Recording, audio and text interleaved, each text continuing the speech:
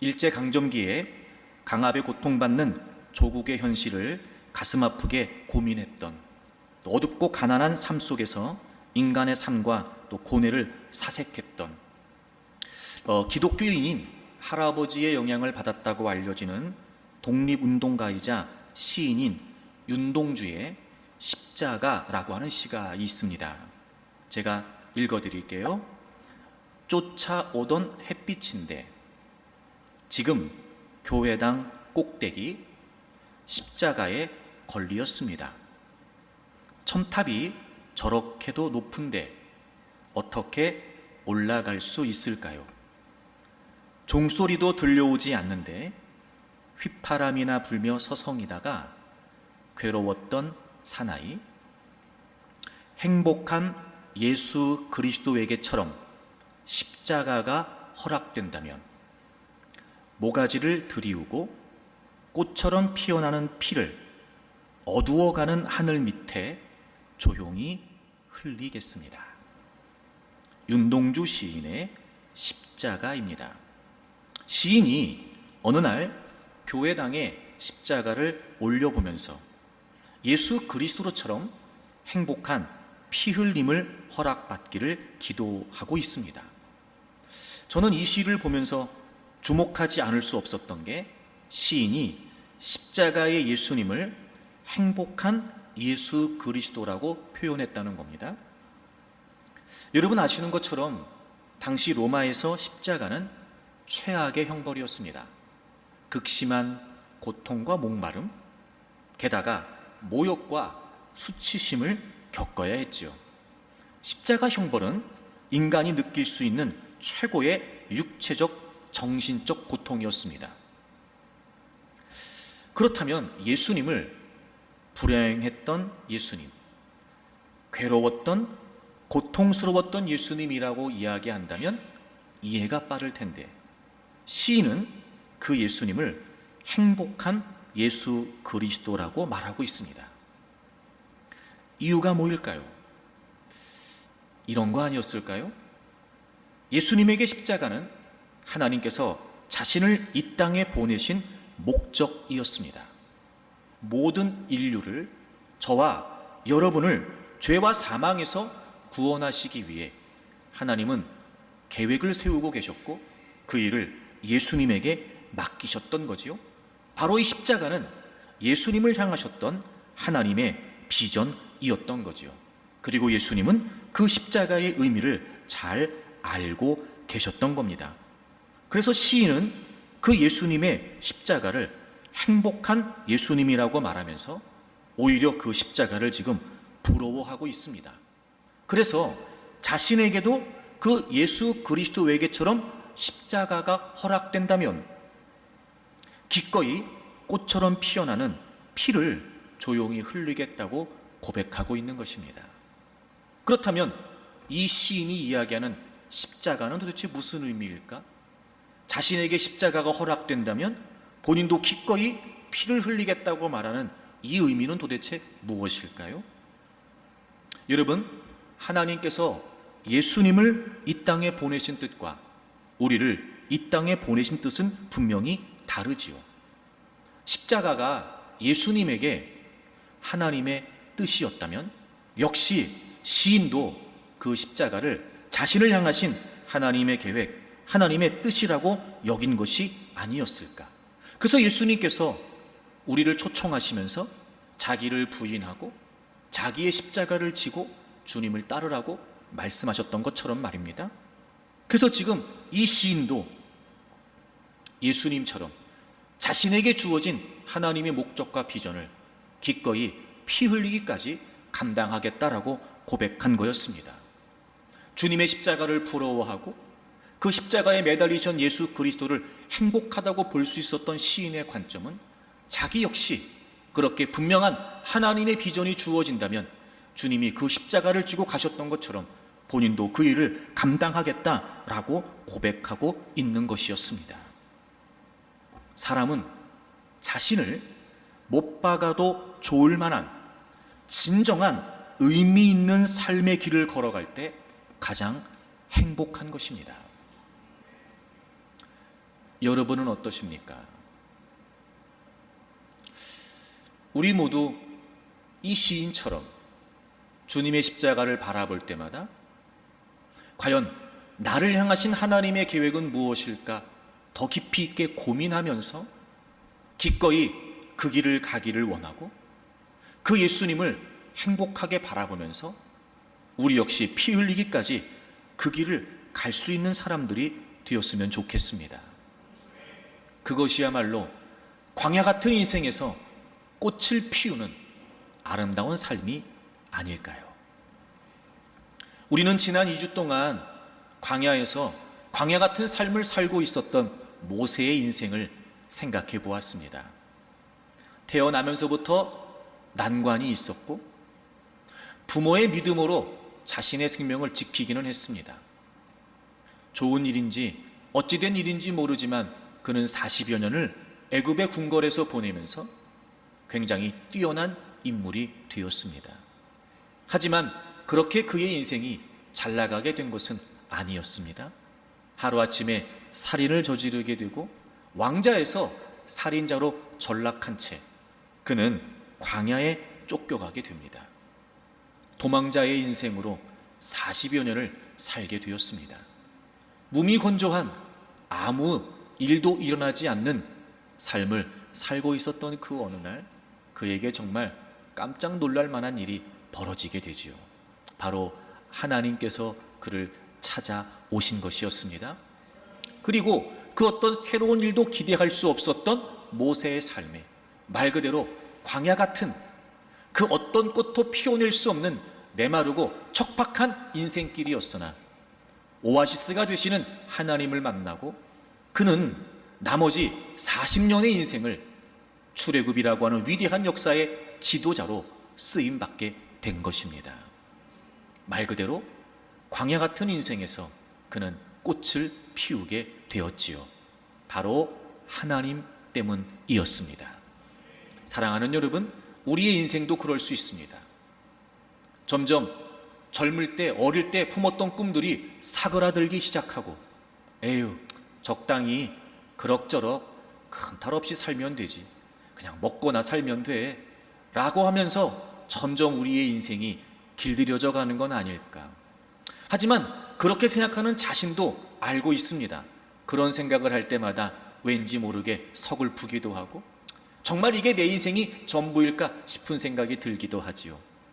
하지만 여러분, 아무리 광야 같은 인생, 그 어떤 기대도 할 수 없는 인생을 살고 있다 할지라도 하나님께서 함께 하시고 하나님께서 계시는 한 이런 반드시 하나님은 우리의 인생에 오아시스가 되셔서 아름다운 꽃을 피워 주십니다. 그 하나님은 우리를 잊지 않으시는 하나님이십니다. 아니, 그분은 우리를 사랑하셨던 사랑의 흔적을 갖고 계시기 때문에 결코 우리를 잊으실 수가 없습니다. 여러분, 우리가 때로는 홀로라고 느껴질 때가 있습니다. 때로는 어려운 상황과 문제 때문에 힘든 것보다 더 힘든 건 그 상황 속에서 누구도 나를 돌아봐 주지 않는다는 외로움 때문에 우리는 더 힘들기도 합니다. 하지만 여러분, 그 어떤 경우에도 여러분은 혼자가 아닙니다. 아니, 혼자일 수 없습니다. 왜냐하면 하나님께서 여러분을 잊으실 수 없기 때문에 그렇습니다. 그럼에도 불구하고 우리는 자꾸 그 하나님이 우리를 잊지 않으신다는 사실이 의심되는 겁니다. 문제는 우리를 향하셨던 하나님의 사랑이 아니고 하나님을 향하는 우리의 사랑이 문제였던 겁니다. 사랑은 느끼는 게 아니라 하는 것이고 사랑은 받는 것이 아니라 하는 것입니다. 그러므로 우리가 지속적으로 하나님을 사랑하고 그 하나님과의 사랑의 관계를 추구해 간다면 절대로 그 어떤 상황에서도 하나님의 사랑을 의심하지 않을 수 있습니다. 저는 여러분이 늘 그 주님의 십자가를 바라보면서 하나님의 사랑을 더 깊이 있게 깨닫고 확신할 수 있기를 바랍니다. 그리고 그 분명한 하나님과의 사랑의 관계 안에서 여러분이 어떤 절박한 그리고 어떤 절망적인 상황에 놓여 있을지라도 하나님이 결코 여러분을 잊지 않으신다는 사실을 신뢰할 수 있기를 바랍니다. 그리고 그 하나님 때문에 다시 일어서고 그 하나님 때문에 다시 전진해 갈 수 있는 은혜가 있기를 바랍니다. 오아시스 같은 하나님은 그리고 우리를 향하신 계획을 포기하지 않으시는 하나님이십니다. 모세는 화려했던 시절을 뒤로하고 살인자가 되어 광야로 쫓겨와 있습니다.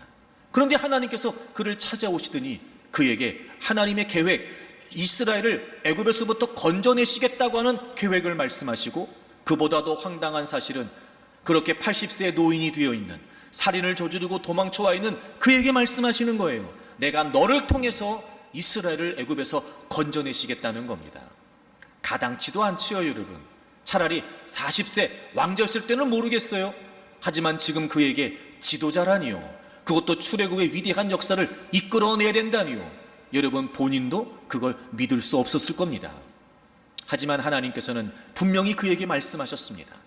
이스라엘 향하신 계획, 그리고 모세를 향하신 하나님의 비전, 비록 지금 모세는 그런 모양이지만 하나님은 결코 포기하지 않으시고 모세에게 그 비전을 말씀해 주십니다. 그리고 하나님은 그 분명한 하나님의 목적과 계획을 따라 모세를 이끄셔서 마침내 하나님의 뜻을 모세를 통해서 이루어 주신 것입니다. 여러분, 하나님은요, 여러분을 향하신 계획을 포기하지 않으십니다.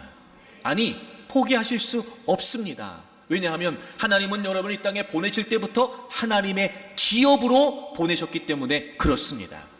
여러분, 여러분의 인생은요, 여러분이 생각하는 그 이상입니다.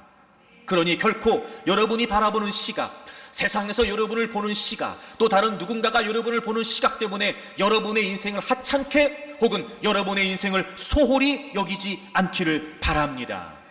그리고 반드시 여러분을 하나님의 기업으로 이 땅에 두시는 그 하나님의 관점으로 여러분의 인생을 바라보면서 어떤 절망적인 또는 낙심할 수밖에 없는 상황에서도 하나님이 여러분을 포기하지 않으시고 지금도 하나님의 계획에 따라 여러분을 이끌고 가신다는 사실을 확신할 수 있기를 바랍니다. 그러므로 이제 여러분, 스펙을 쌓으려고 하지 말고 하나님과 함께 스토리를 써내려가려고 하십시오. 여러분을 향하신 하나님의 계획, 비록 우리가 지금은 다 모를 수도 있습니다. 분명하지 않을 수도 있고, 혹은 내가 나를 봐도 나 같은 존재 하나님이 무슨 계획을 품고 계실까 생각할 수도 있겠지요. 아니요, 괜찮습니다. 그 계획은 우리의 계획이 아니라 하나님의 계획이기 때문에 우리는 실패해도 하나님은 실패하지 않으십니다. 우리의 비전이 아니라 하나님의 비전이기 때문에 우리가 아무리 실패한다고 한들 그 실패가 하나님의 실패로 이어지지 않습니다. 그러니 여러분 한 분 한 분을 향하신 포기할 수 없는 하나님의 계획을 가슴에 품고 이제 그 하나님의 계획을 위해, 그 하나님의 비전을 위해 몸부림치면서 살아가는 하나님과의 스토리를 써내려 가십시오. 반드시 하나님께서 광야와 같은 모세의 삶에 꽃을 피우셨던 것처럼 여러분의 삶에도 아름답고 화려한 꽃을 피우실 줄로 믿습니다. 오늘 마지막 결론적인 말씀을 좀 여러분과 함께 나누려고 합니다. 그래요, 하나님은 우리를 잊지 않으시는 하나님이시고 하나님은 우리를 향하신 계획을 포기하지 않으시는 하나님이십니다. 그리고 또 하나님은 과연 어떤 분이실까요? 광야 같은 우리의 인생에 마르지 않는 샘 같은 하나님은 과연 어떤 하나님이실까요? 오늘 본문의 내용을 좀 먼저 살펴보지요. 하나님께서는 모세를 그렇게 주권적으로 이끌어 주셨어요. 떨기나무 가운데로 말이죠. 그리고 희한한 광경에 모세가 이제 그 떨기나무 가운데로 가까이 다가가고 있었습니다. 하나님께서 그를 부르십니다. 모세야 모세야 이렇게 부르시더니 5절에 보시면 하나님이 이르시되 이리로 가까이 오지 말라. 내가 선 곳은 거룩한 땅이니 내 발에서 신을 벗으라 이렇게 말씀하세요. 가까이 오지 말아라, 거룩한 땅이다라고 말씀하신 이유는 그 땅이 뭐가 특별해서가 아니라 그 떨기나무 불꽃 가운데 그곳에 하나님께서 지금 임재하고 계셨기 때문에 모세가 가까이 접근할 수 없었던 거예요. 그래서 하나님께서는 여기 지금 내가 있으니까 여기는 거룩한 곳이야, 너는 가까이 다가오면 안 된다 라고 지금 말씀하시는 거예요. 그리고 하나님께서 모세에게 한 가지를 명령하세요. 내 발에서 신을 벗으라 이렇게 말이죠. 여러분이 하나님께서 왜 모세에게 신을 벗으라고 말씀하셨을까요? 먼저 이런 내용이 있어요. 여러분이 고대 근동의 관습 중에 하나가 뭐냐면 신전에 들어갈 때는 신을 벗었다고 그래요. 여러분 요즘도 그래요. 이렇게 불교권 나라나 회교권 나라 이렇게 좀 가보면은요, 대부분 그들의 신전에 들어갈 때 신을 벗고 들어갑니다. 어떤 곳은요, 신만 벗는 게 아니라 발도 씻고 들어가야 되는 경우도 있어요. 그러니까 신전이라는 건 자기가 섬기는 그 신을 만나는 곳이잖아요. 그 신이 거기에 있다고 생각하잖아요. 그러니까 그 신 앞에서 신을 벗고 들어가는 거죠. 즉 신에 대한 예의. 내가 지금 신을 만난다, 신이 그곳에 있다, 내가 지금 신이 있는 곳으로 간다 라고 하는 의미를 갖는 거예요. 그래서 신전에 들어갈 때는 신을 벗었다고 그래요. 또 하나, 신을 벗는다는 건 당시에 그런 의미가 있었다고 합니다. 종들은요, 자신의 신분을 나타내는 의미로 신발을 벗고 다녔다고 그래요.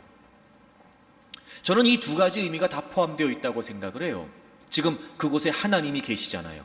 그러니 당연히 모세는 신을 벗어야 했어요. 비록 그냥 광야였고 사막길이었고 떨기나무가 놓여 있는 곳이었으나 그곳은 하나님이 계신 곳이었어요.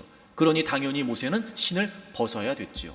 그 또 하나, 하나님께서 왜 굳이 지금 그 자리에 있는 모세를 향해서 그를 향하신 비전을 말씀하시기도 전에 왜 신을 벗으라고 하셨던 걸까요? 하나님은 모세로 하여금 하나님 앞에 모세가 누구인지를 알기를 원하셨던 것 같아요. 너 신을 벗어, 이렇게 말이죠. 종으로서의 신분을 나타낸다는 게 저는 이런 의미라고 생각이 됐어요. 여러분, 우리가 잘 알고 있는데, 여러분 이력서 아시죠? 이력서. 인적사항, 학력, 경력, 자격증 이런 거. 그러니까 그 사람의 삶에 대한 모든 걸 다 적어내는 게 뭐냐면 이력서예요. 여러분, 그 이력서를 한문으로 보시게 되면 맨 앞에 이자가 무슨 이자냐면 밟을 이자 혹은 신발 이자예요. 그러니까 신을 신고 밟는 길, 이게 이예요. 이. 그 다음에 력자는 무슨 력자냐면요, 겪을 력자, 지낼 력자, 이런 의미를 가져요. 그러니까 이력이라는 게 무슨 말이냐면 내가 지금까지 그 이력서를 쓰는 그 시점, 지금까지 내가 내 신을 신고 걸어왔던 모든 삶에서 겪었던 일, 이게 이력이란 말이에요. 자, 그렇게 봤을 때 지금 모세는 하나님 앞에 있어요. 그리고 하나님은 모세에게 신을 벗으라고 말씀하시는 거예요. 여러분, 이게 무슨 의미일까요? 지금까지 모세가 살아왔던 모든 삶을 여기에서 벗으라는 거예요. 그리고 지금까지 모세가 어떻게 살아왔는지 모르지만 넌 이제부터 새로운 삶을 살게 될 거야. 왜? 하나님은 지금 모세를 향하신 분명한 하나님의 계획을 품고 계셨거든요. 그러니 그 분명한 하나님의 계획을 모세가 살아가기 위해서는 지금까지 모세가 살아왔던 삶에 대한 정리가 필요했던 거예요. 너 지금까지 너가 어떻게 살아왔는지 모르지만 이제 신발 벗어. 너가 나름대로 살아왔던 삶은 여기에서 끝나는 거야. 그리고 이제부터 내가 너에게 새로운 삶을 부여해 줄 거다. 너 이제부터 새로운 인생을 살아야 돼. 그런데 분명히 한 가지 전제가 있죠. 내 계획대로, 내 뜻대로, 너를 향한 나의 비전대로 너는 살아야 돼. 너는 내 종이다. 내가 너의 주인이야. 그러니까 너 이제까지 살아왔던 너의 모든 삶을 여기서 내려놓아라. 자, 모세야, 신을 벗어 라고 하나님이 말씀하신 거예요. 그렇습니다. 하나님은 우리의 인생의 오아시스와도 같으신 분이지요. 그분은 우리를 잊지 않으십니다. 그분은 우리를 향하신 계획을 포기하지 않으십니다. 그리고 그분은 우리의 모든 삶을 주관하십니다. 지금 하나님의 존전 앞에, 하나님의 임재 앞에 무엇보다 모세가 먼저 해야 될 일은 하나님이 누구신지, 그리고 그 하나님 앞에 있는 자신이 누구인지를 깨닫는 일이었습니다. 지금까지 내가 어떻게 살았는지 모르지만 내가 여기에서 신을 벗어야 되는구나. 하나님의 계획과 하나님의 비전을 따라 이제 내 모든 인생을 주관하시는 하나님을 쫓아 내가 이제 살아야 되는 거구나. 그리고 모세는 그 자리에서 신을 벗어야 했던 것입니다. 그래서 하나님께서 모세를 모세야 모세야 부르셨고, 그리고 모세는 그 하나님의 부르심 속에 직감했어요. 그분이 하나님이시라는 걸 말이죠. 그래서 모세가 대답합니다. 내가 여기에 있습니다. 하나님, 제가 여기에 있습니다. 그리고 6절에 하나님께서 누구신지를 말씀하세요. 나는 너가 알고 있는 아브라함의 하나님, 이삭의 하나님, 야곱의 하나님이다. 그리고 하나님 자신을 드러냈더니 모세가 비로소 하나님이 누구신지를 정확히 인식하게 됩니다. 그리고 모세가 하나님 배웁기를 두려워하여 얼굴을 가렸다라고 6절이 기록하고 있지요. 여기에서 두려움이란 것은 신적인 존재를 만났을 때, 즉 하나님의 현존을 경험했을 때 그 하나님에 대한 거룩한 두려움을 의미합니다. 그래서 모세는 그 두려움과 그 놀라움 속에서 하나님을 볼 수 없다는 걸 본인이 알았기 때문에 자신의 얼굴을 가리게 되었던 겁니다. 하나님을 인식하고 그리고 하나님을 만나는 그 현장에서 그는 하나님께서 말씀하신 대로 그의 신을 벗지 않으면 안 되었던 겁니다. 사랑하는 여러분, 우리의 삶에 마르지 않는 생과 같으신 하나님, 그분은 우리를 주관하시는 하나님이십니다. 그래서 하나님은 신을 벗으라고 말씀하시고 하나님이 누구신지를 말씀하시면서 계속해서 그를 향하신 비전을 말씀하실 때 이렇게 반복해서 사용하시는 표현이 나옵니다. 여러분 먼저 8절을 보실까요? 오늘 본 8절을 보세요.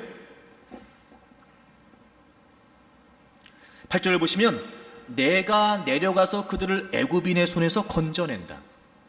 여러분, 이스라엘 백성들을 애굽에서 건져내는 게 누구라고 말씀하시는 거예요? 하나님이 하시겠다는 거예요. 내가 한다는 거예요. 내가. 그리고 10절 보세요. 이제 내가 너를 바로에게 보낸다. 지금 모세가 출애굽이라는 비전을 품고 애굽으로 바로에게 가는 거 모세의 계획이나 모세의 의지가 아니라 누가 보내시니까 가는 거예요. 하나님께서 보내시니까 가는 거예요. 하나님께서 내가 보낸다. 그리고 10절 맨 마지막에 보시면 그렇게 애굽에서 그들을 인도하여 내게 하리라. 내가 너를 보내서 이스라엘 백성들을 인도하게 할 거야. 인도하여 내게 할 거야. 누가 하시겠다는 거예요? 하나님께서 하시겠다는 거예요. 출애굽에 대한 계획도, 출애굽에 대한 역사도, 모세를 보내시는 것도, 모세를 통해 일하시는 것도 누가 하시겠다는 거예요? 하나님께서 하시겠다는 거예요. 지금 하나님은 자신의 존전 앞에 있는, 하나님의 임재 앞에 있는 모세를 향해서 신을 벗으라고 말씀하시고 그 신을 벗는다는 의미에 관해 계속 설명하시는 것 같지 않아요? 내가 주관한다. 내가 이끌어가는 거야. 내가 하는 거다. 모세야, 너 신을 벗어. 지금까지 너가 어떻게 살아왔는지 모르지만 이제부터는 내가 너 인생을 이끌어간다. 내가 주인이야. 내가 주관한다. 너는 나의 종이고 너는 나의 도구다.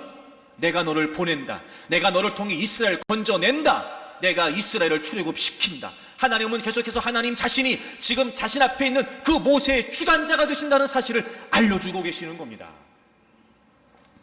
사실 여러분, 이 말은 굉장히 중요한 의미를 갖습니다. 이 시점에서 모세에게 이 하나님의 말씀은 굉장히 중요한 의미를 갖습니다. 왜냐하면 모세가 실패했던 이유가 여기에 있었기 때문입니다. 여러분, 사도행전 7장을 찾겠습니다. 모세가 살인을 저질렀을 때의 당시의 이야기가 조금 자세하게 설명이 되어 있지요. 바로 스데반에 의해서 이렇게 설명이 되고 있어요. 여러분, 사도행전 7장 먼저 22절부터 좀 보시면 모세가 애굽 사람의 모든 지혜를 배워 그의 말과 하는 일들이 능하더라. 나이가 40세가 되매 그 형제 이스라엘 자손을 돌볼 생각이 나더니, 그러니까 노예 출신이었지만 우여곡절 끝에 바로의 공주의 아들로 40년 동안 애굽의 궁궐에서 잘 보냈던 거예요. 근데 그는 여러분이 아시는 것처럼 어릴 때부터 어머니로부터 교육을 받았거든요. 자신이 히브리인이라는 걸, 그리고 하나님에 대해 그는 배웠을 거예요. 그러면서 지금 같은 동족들이 애굽의 지배를 받으며 고통을 받고 있으니 이 정도의 위치와 신분에서 모세는 내가 이 정도에서 이스라엘 자손들을 좀 돌봐야 되겠다, 도와줘야 되겠다, 내가 무슨 일을 해야 되겠다라는 생각을 그가 하고 있었던 거예요. 그러던 차에 한 사람이 억울한 일, 원통한 일 당함을 보고 그를 지켜주겠다고 하다가 어떻게 됐어요? 애굽 사람을 죽이게 됐어요. 근데 25절 보세요, 여러분. 그는 그의 형제들이 하나님께서 자기의 손을 통하여 구원해 주시는 것을 깨달으리라고 생각하였으나 그들이 깨닫지 못했어요. 그리고 그 다음날 나갔는데 보니까 같은 이스라엘 동족들끼리 싸우는 거예요. 그래서 그러지 마세요. 어떻게 우리끼리 싸웁니까? 라고 말했더니 그 중에 한 사람이 뭐라고 얘기했어? 야, 우리가 언제 너를 재판관으로, 우리가 너를 언제 우리의 지도자로 세웠냐? 너가 어제는 애굽 사람을 죽이더니 오늘은 우리도 죽이려고 하는 거냐? 이렇게 모세에게 반박하는 장면이 나오잖아요. 그 대목을 설명하는 거예요. 왜 그렇게 했어요, 모세가? 왜 그렇게 애굽인으로부터 핍박을 받고 있는 그를 보호하기 위해 애굽인을 쳐 죽였지요? 왜 그렇게 이스라엘 백성들끼리 막 싸우고 있을 때 중재하려고 했지요? 모세는 생각했어요. 이렇게 내가 지금 이런 위치에 있으니까, 이런 신분에 있으니까 하나님께서 이런 나를 통해서 이스라엘을 구원해 주실 거야, 이스라엘도 그걸 알고 있을 거야 라고 모세가 생각했다는 거예요. 자, 여러분 보세요. 모세가 이런 생각을 했다는 것 자체가 잘못은 아니죠.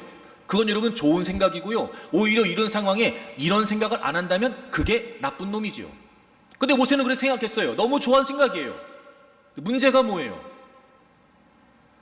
과연 그게 하나님의 계획이었냔 말이에요. 40세에 이게 하나님의 때였을까? 왕자의 신분으로 이게 하나님의 뜻이었을까? 이게 하나님의 방법이었을까? 적어도 모세 스스로 그런 생각할 수 있어요. 내가 지금 왕자의 신분이니까 하나님이 나를 이스라엘을 위해 뭔가 하시겠지. 그리고 나뿐만이 아니라 이스라엘 백성들도 그렇게 생각할 거야. 나를 지도자로 말이지, 하나님이 자기들을 구원하시기 위해 모세를 세우시는구나, 그들도 그렇게 생각할 거야. 좋은 생각이죠.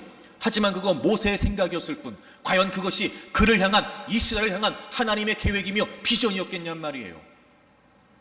여러분 보세요. 좋은 생각이 다 하나님의 뜻입니까? 좋은 생각대로 하면 그게 다 하나님이 하시는 겁니까? 아닐 수 있다는 거죠. 더 중요한 건 뭡니까?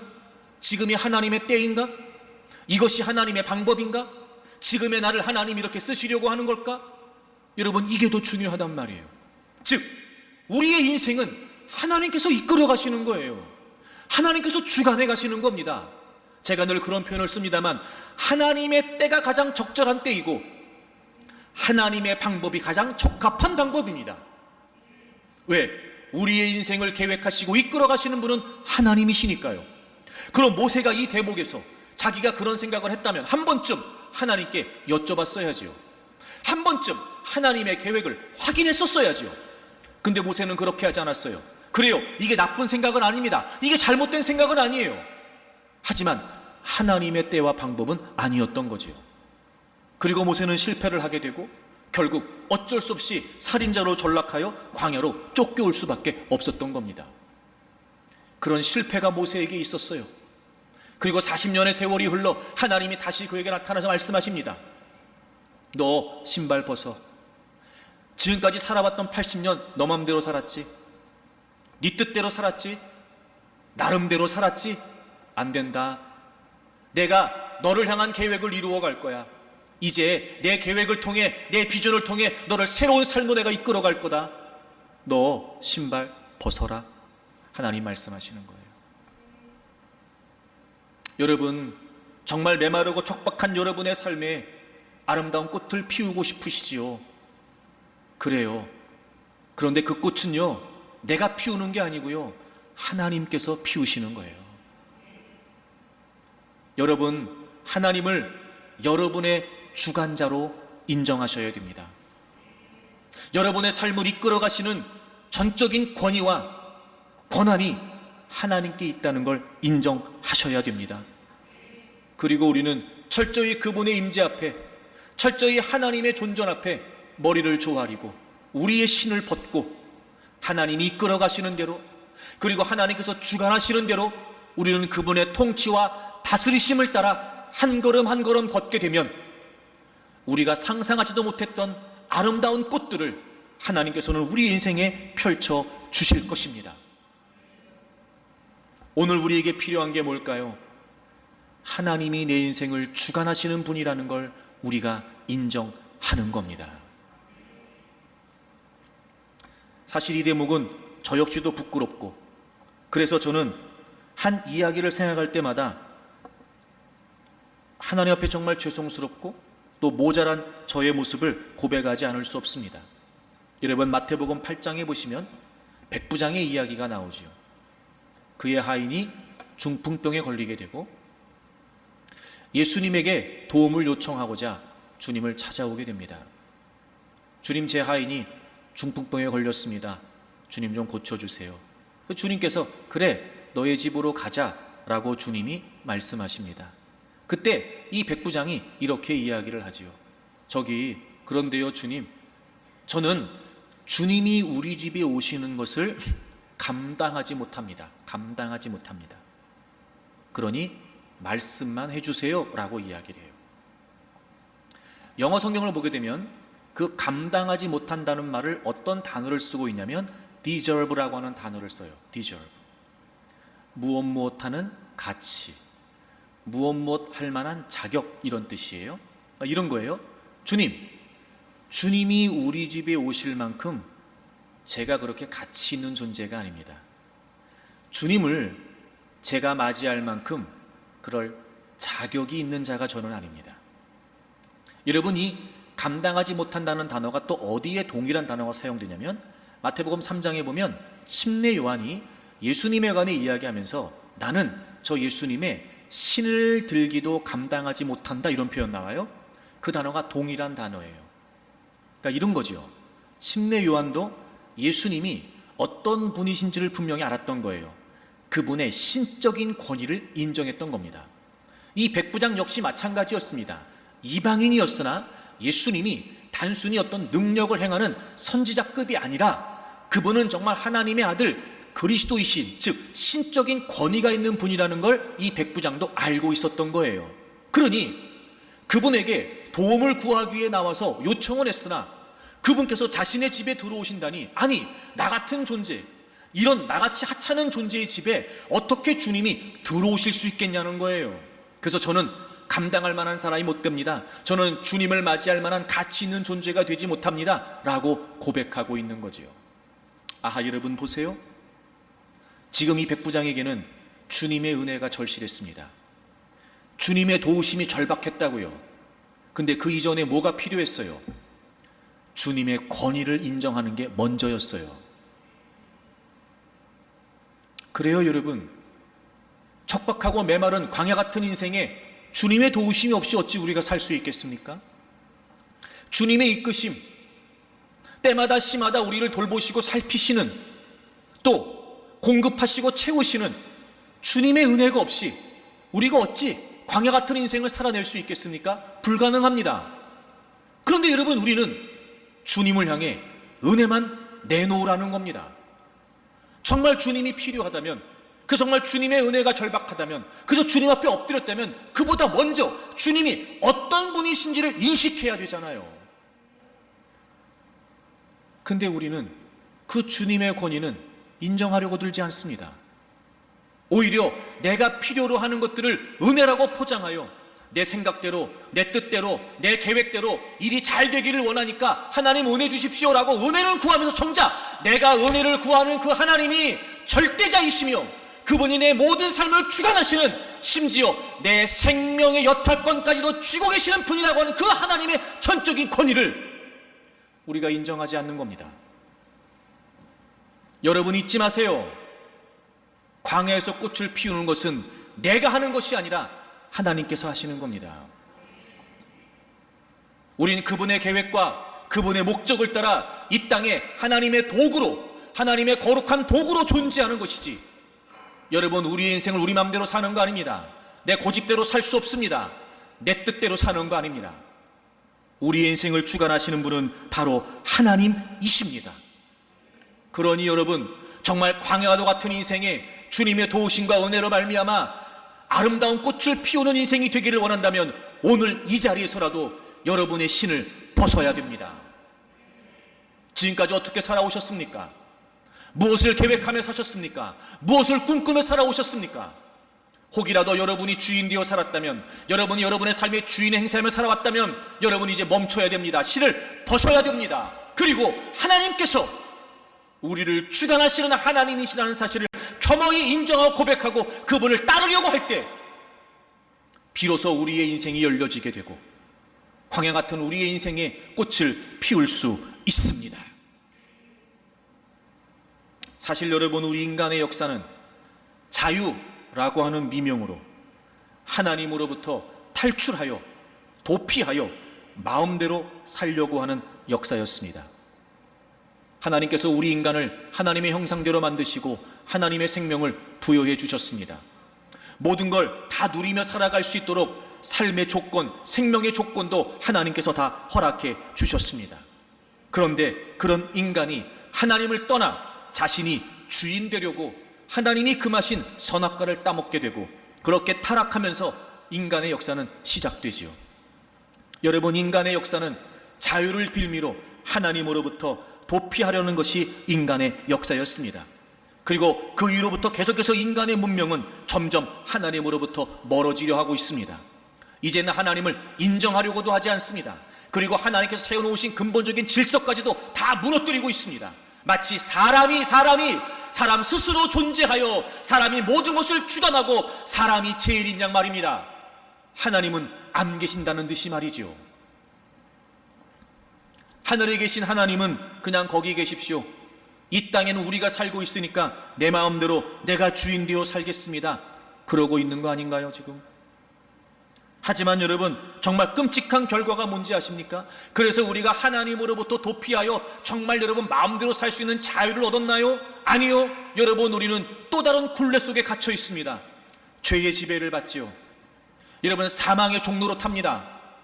게다가 여러분, 우리의 죄악된 본성에 의해 욕심, 탐욕, 그래서 물질, 여러분 세상이라고 하는 그 악한 세력에 의해 우리는 여전히 지배를 받고 있는 겁니다.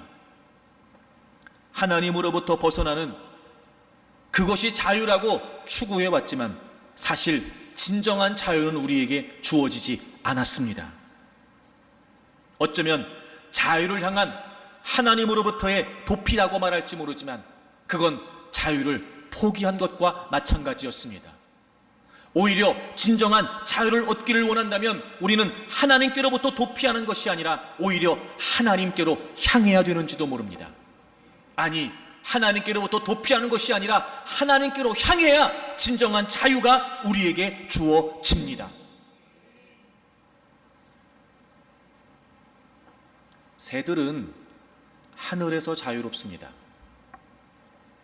물고기들은 물속에서 자유롭지요. 그런데 만약 새들이 자유를 원한다고 하면서 물속으로 들어가고, 만약 물고기들이 자유를 원한다고 하면서 물에서 나와 땅 위로 올라온다면 어떻게 될까요? 그건 자유가 아니라 죽음입니다. 빠르게 달리는 기차는 레일 위를 달리기 때문에 안전하고 빠르게 자유롭게 달릴 수 있습니다. 만약에 그 기차가 레일을 떠나 탈선하게 된다면 그건 사고이고 그건 죽음입니다. 푸르는 창공을 높이 나는 연이 만약에 스스로 내가 이 연줄만 없다면 얼마나 자유롭게 날아갈 수 있을까라는 생각에 그 연줄을 끊어버린다면 더 자유롭게 훨훨 날아갈 수 있을까요? 아니요. 연줄이 끊어지면 연은 추락합니다. 연에게 있어서 연줄은 생명줄이고 오히려 그 연을 날아가게 하는 원동력이 되기 때문에 그렇습니다. 줄이 끊어지면 연은 추락합니다. 그런 걸 보면 자유가 뭐예요? 하나님께서 만들어주신 질서에 따라 있어야 될 곳에 있는 것이 진정한 자유입니다. 우리 인간이 있어야 될 자리, 바로 하나님의 품입니다. 우리 인간이 있어야 될 곳, 바로 하나님의 다스리심입니다. 우리를 주관하시는 분은 하나님이십니다. 그러므로 여러분, 이제부터 우리는 아무리 광야와도 같은 인생을 살고 있다 할지라도 나를 주관하시는 그 하나님을 따라 나를 주도하시는 그 하나님의 뜻을 쫓아 살아간다면 여러분, 광야가 광야이지 않고 오아시스가 될 수 있고, 광야에 그 어떤 생명력이 있을까 싶지만 그럼에도 불구하고 아름다운 꽃을 피울 수 있는 것입니다. 여러분, 점검하십시오. 지금 여러분이 있어야 할 자리에 있는 겁니까?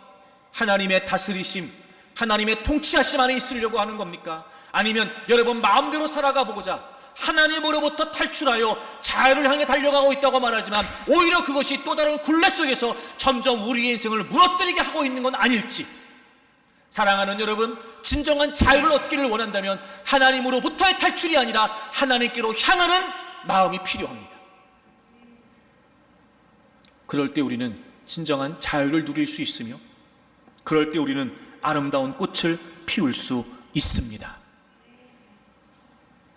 그럼 여러분, 하나님이 우리를 주관하시는 분이시라면 이제 우리는 어떻게 하면 될까요? 어떻게 하면 될까요?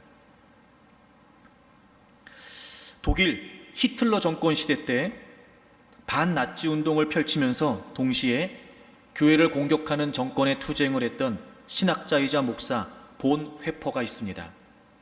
그분이 이렇게 이야기를 했어요. 기독교는 종교가 아니다. 하나님과의 만남이다. 교회는 각 성도들이 하나님과의 만남, 사귐, 동행, 그리고 여기가 중요해요. 그리고 자신의 주도권을 포기하고 하나님의 주도하심을 계속 경험하며 살 수 있도록 코칭해 주어야 한다. 기독교는 종교가 아니래요. 하나님과의 만남이래요. 그래서 그 진정한 하나님과의 만남 속에 살아가는 삶의 모습이 뭐예요? 하나님과 동행한다면, 정말 하나님을 만났다면, 정말 하나님과 교제하고 있다면 자신의 주도권을 포기하고 하나님의 주도하심을 계속 경험하며 사는 거랍니다. 당연하지 않겠어요, 여러분?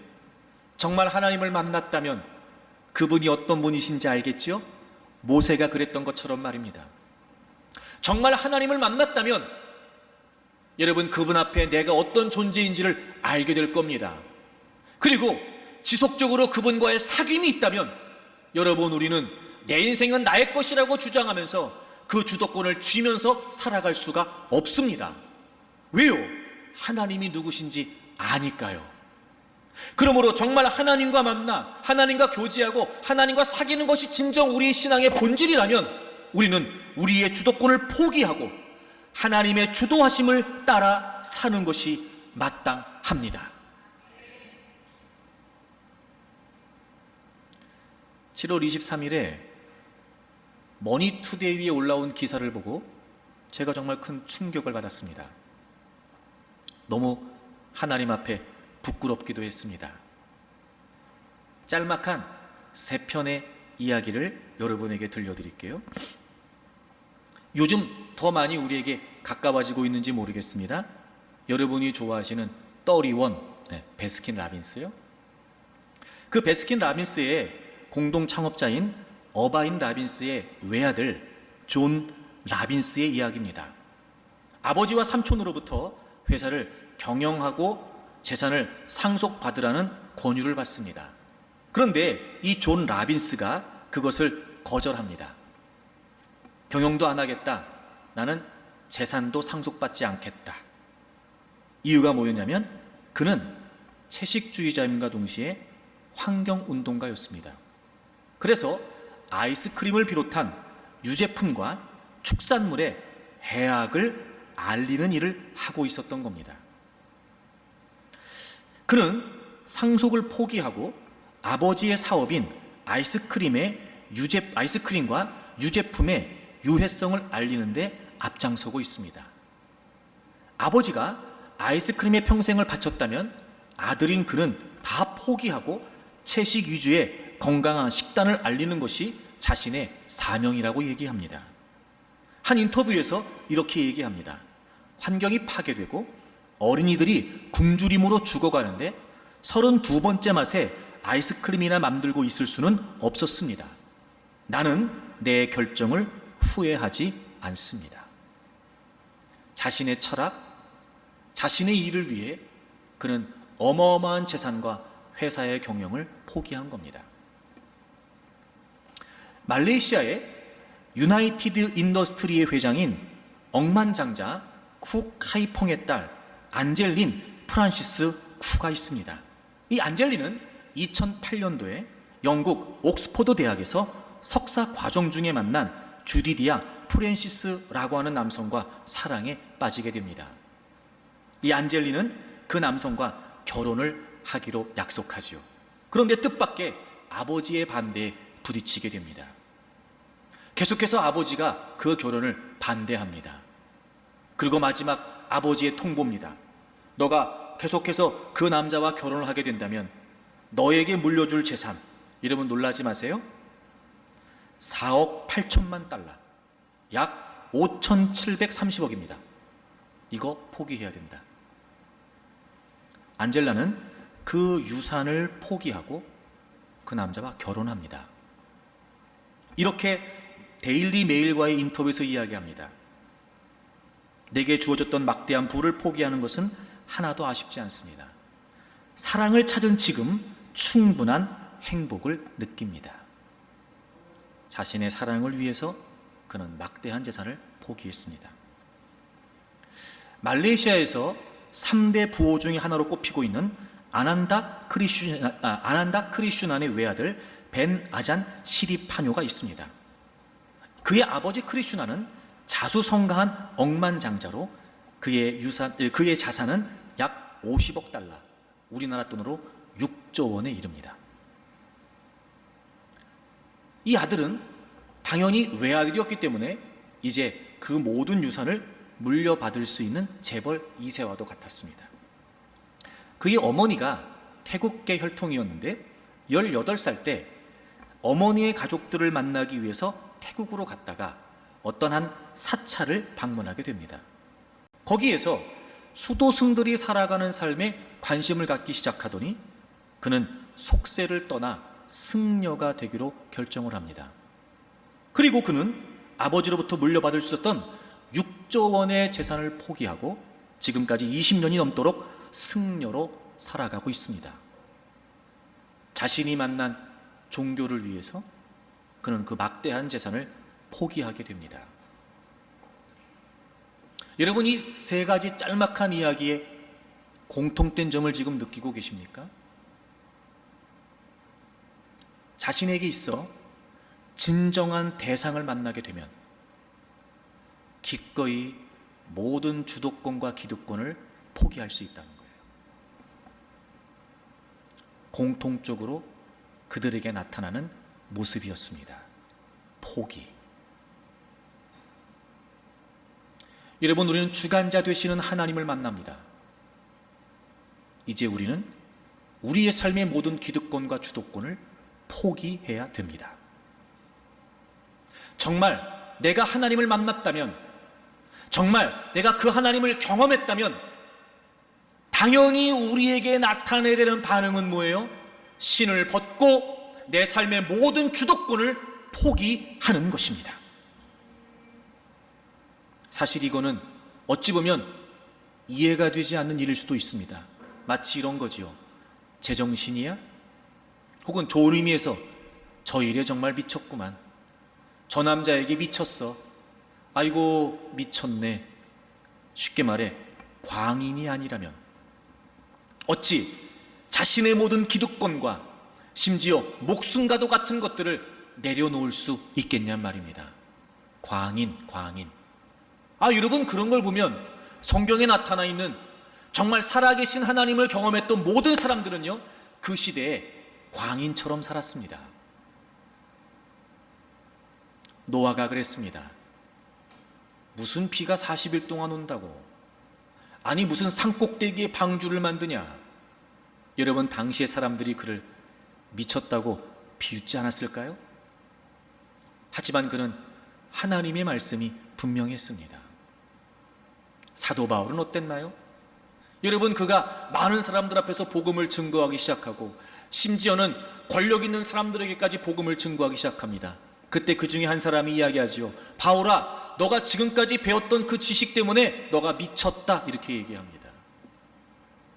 자신의 모든 것들을 내려놓고 정말 주님에게 미쳐서, 하나님에게 미쳐서 광인처럼 살았던 인생, 여러분, 그들이 바로 그리스도인들의 삶이었습니다. 하나님이 원하시는 사람은 세상에 미친 사람이 아니라 하나님께 미친 사람들입니다. 세상이 보기에는 이해가 안 되지요. 아니 어떻게 저걸 포기해? 아마 여러분, 그리스도인이라고 하는 우리도 이분들의 이야기가 이해가 되지 않지 않습니까? 아니 어떻게 저렇게 막대한 6천억을, 6조를, 저 어마어마한 회사를, 이해가 안 되죠, 여러분. 하나님은 세상에 미친 사람을 원하는 것이 아니라 하나님께 미친 사람을 원하세요.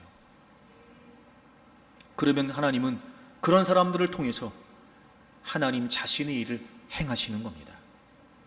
그럼 우리는 하나님이 주관하시는 대로 살고 우리는 우리의 모든 주도권을 포기하면 도대체 우리는 뭐냔 말이에요. 여러분 시편 37편을 찾아보세요. 시편 37편 5절을 보시면 내 길을 여호와께 맡기라. 그를 의지하면 그가 이루시고. 여러분, 우리가 정말 주관하신 하나님을 만났다면 우리는 우리의 모든 주도권을 포기해야 됩니다. 하나님께 맡기는 거예요. 그러면 하나님께서 이루신대요. 그렇죠? 하나님이 주관하시니까 하나님이 이루시는 거예요. 우린 주도권을 포기하면 돼요. 그럼 우리는 뭐냐 말이에요. 여러분 6절 다 같이 읽겠습니다. 6절 시작. 내 의를 빛같이 나타내시며 내 공의를 정오의 빛같이 하시리로다. 아멘. 여러분 이 대목이 굉장히 중요합니다. 먼저 여기서 내 의를, 내 공의를 이렇게 이야기해요. 여러분 잠깐 저를 보시겠어요? 여러분 우리가 의롭습니까? 여러분 우리가 공의롭습니까? 그럴 리가요. 근데 오늘 성경이 이렇게 얘기합니다. 너희들 다 하나님께 맡겨 주도권을 포기해. 하나님이 주관하신 대로 살아. 그럼 하나님이 이루시고 너희들의 의를, 너희들의 공의를 이렇게 말씀하시는 거예요. 그러니까 어찌 보면 이 말은 논리적으로 성립이 안 돼요. 우리는 의롭지 않아요. 의가 우리의 것이 아니고 공의가 우리의 것이 아니에요. 분명히 의롭다, 공의롭다 이건 하나님께 어울리는 표현이지 우리에게 어울리는 표현이 아니란 말이에요. 그럼에도 불구하고 분명히 하나님의 의고 하나님의 공의인데 그렇게 모든 삶의 주도권을 포기하고 하나님께 맡겨 하나님께서 이루시기를 원하시는 그 일을 위해 살면 우리의 의와 우리의 공의는 아니지만 하나님의 의고 하나님의 공의지만 마치 그것을 우리의 의인 것처럼 그렇게 하나님께 맡기고 하나님의 뜻을 위해 살아간 그 사람들의 의로움이고 그 사람들의 공의로움인 것처럼 하나님이 그들을 빛내주시겠다는 거예요. 빛같이, 정오의 빛같이. 여러분 강조하면서 지금 반복하면서 강조하고 있는 거 느껴지세요? 빛이라고 하는 의미만 가지고도 밝다 여러분 느껴지시잖아요? 빛난다 느껴지시잖아요? 그런데 그 빛이 또 어떤 빛이에요? 정오의 빛이에요. 여러분 빛 중에 가장 밝은 빛이 어디겠어요? 언제겠어요? 정오지요. 정오. 정오의 빛처럼 가장 밝은 빛처럼 하나님이 우리를 빛내시겠다는 겁니다. 하나님의 의가 드러나고 하나님의 공의가 드러나는 도구로 쓰시지만 하나님은 의와 공의를 마치 그것이 우리의 것인 양 하나님의 도구가 되어 하나님의 이끄심을 따라 모든 주도권을 내려놓고 살아간 그 사람들 또한 하나님은 빛나게 하시겠다는 거예요. 아하, 여러분 이렇게 말하고 싶습니다. 광인이 되어 광인이 되십시오. 예수님에게 미친 광인이 되면 예수님 때문에 빛나는 광인이 됩니다. 사랑하는 여러분, 정말 여러분의 광야 같은 인생의 꽃을 피우기를 원한다면 여러분을 주관하시는 하나님을 따라 사십시오.